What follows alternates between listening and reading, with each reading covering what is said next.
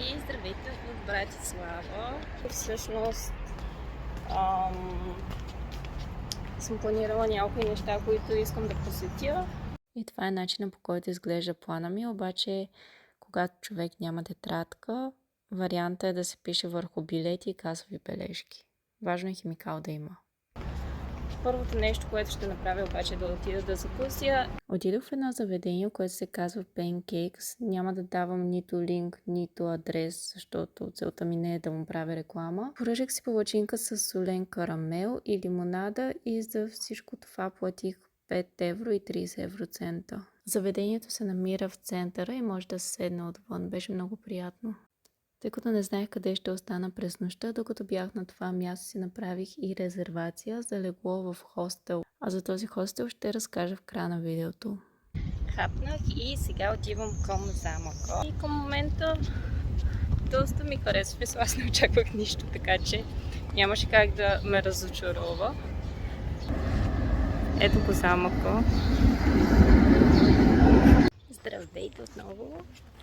В момента съм до замъка, качих се горе и всъщност когато видите стълби, качете се по тях. Ако харесвате снимки, разбира се. В смисъл има много готини места, които може да се снимате. И друго специфично нещо, което ми харесва тук е, че няма много туристи. Има тук там, но не е crowded. Има прекрасна гледка.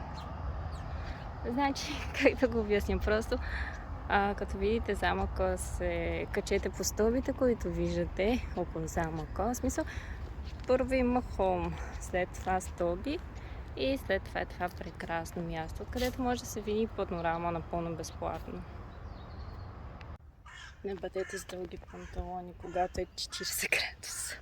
Сега отивам до Стария град, където ще има free tour. И тъй като не снимах тура, сега ще ви разкажа 5 интересни факта за Братислава. Името на Братислава е било Пресбърг от немски. През 1919 година Джозеф Шафарик, ако не бъркам фамилията, е разтълкувал грешно средновековни източници и вместо града да приеме името Браслав, той приел името Братислава. Братислава е както на български слава на брата.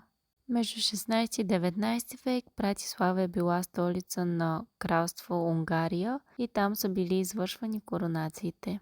Стремеше си да превземе Братислава, Наполеон е бомбардирал града. Тъй като се е разчуло, че Наполеон няма да бомбардира сгради, в които има гюлета, някои от хората си слагали гюлета на самите къщи, за да изглеждат те като вече бомбардирани. Двореца на Братислава е бил унищожен от пожар, който обаче се говори, че е възникнал от пияни войници.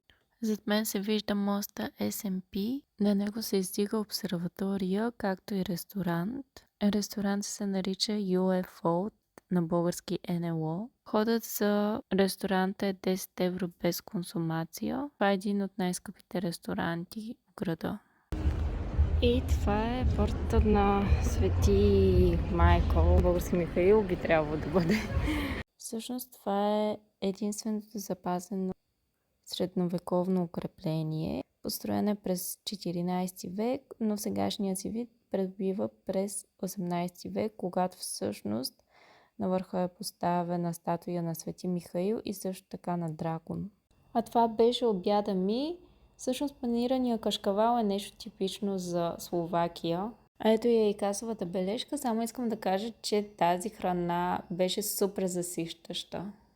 Здравейте, приличам на Нью Йорк, защото е много горещо. И всъщност в момента съм пред синята църква.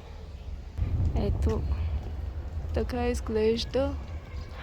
Стария град на Братислава има тези символи, които всъщност са кралския път.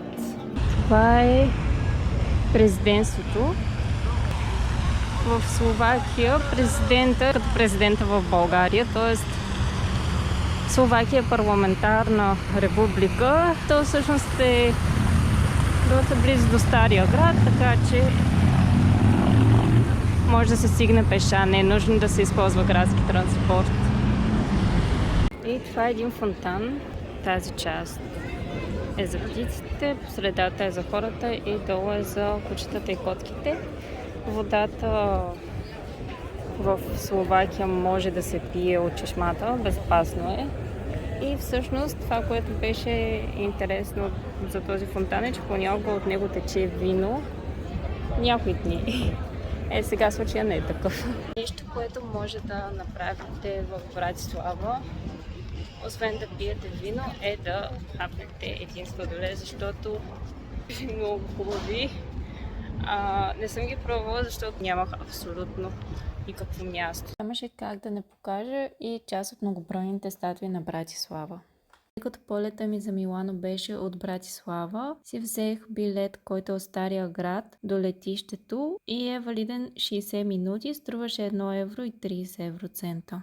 На летището в Братислава пускат да се мине security 2 часа преди полета, не по-рано. След като минете security, би ви било трудно да намерите място, на което да си заредите мобилния телефон, тъй като почти няма контакти там. Билетът ми от Братислава до Милано струваше 78 злоти, което е към 34 лева. Билетът ми от Бергамо до Милано беше 15 евро и пътуването беше ужасно, защото някои хора не знаят какво значи лично пространство. Завърша този влог с едно бързо предупреждение. Когато си буквате хостел, имайте предвид, че престола ви зависи доста от хората, които са в стаята с вас. Момичето, което беше на леглото под моето, се мяташе като риба на сухо през цялата нощ и постоянно шумеше, следователно аз не можах да спя. Климатика беше на няколко сантиметра от лицето ми, а леглото беше супер нестабилно и през цялата нощ имах чувството, че ще падна. За разлика от други хостели, този изобщо не ми хареса, затова му дадох и ниска оценка, но това е само моето мнение. Ако това видео ви е харесало, може да натиснете лайк бутона, също така да го споделите. Коментирайте долу дали сте били в Братислава и в Милано, дали са оставали в хостели и какво е вашето впечатление от тях. В следващото видео ще говоря за Швейцария и Лихтенщайн, така че предполагам, че ще бъде интересно. Вероятно ще излезе следващата седмица. Абонирайте се за канала ми, натиснете камбанката и така ще разберете, когато излезе. Чао!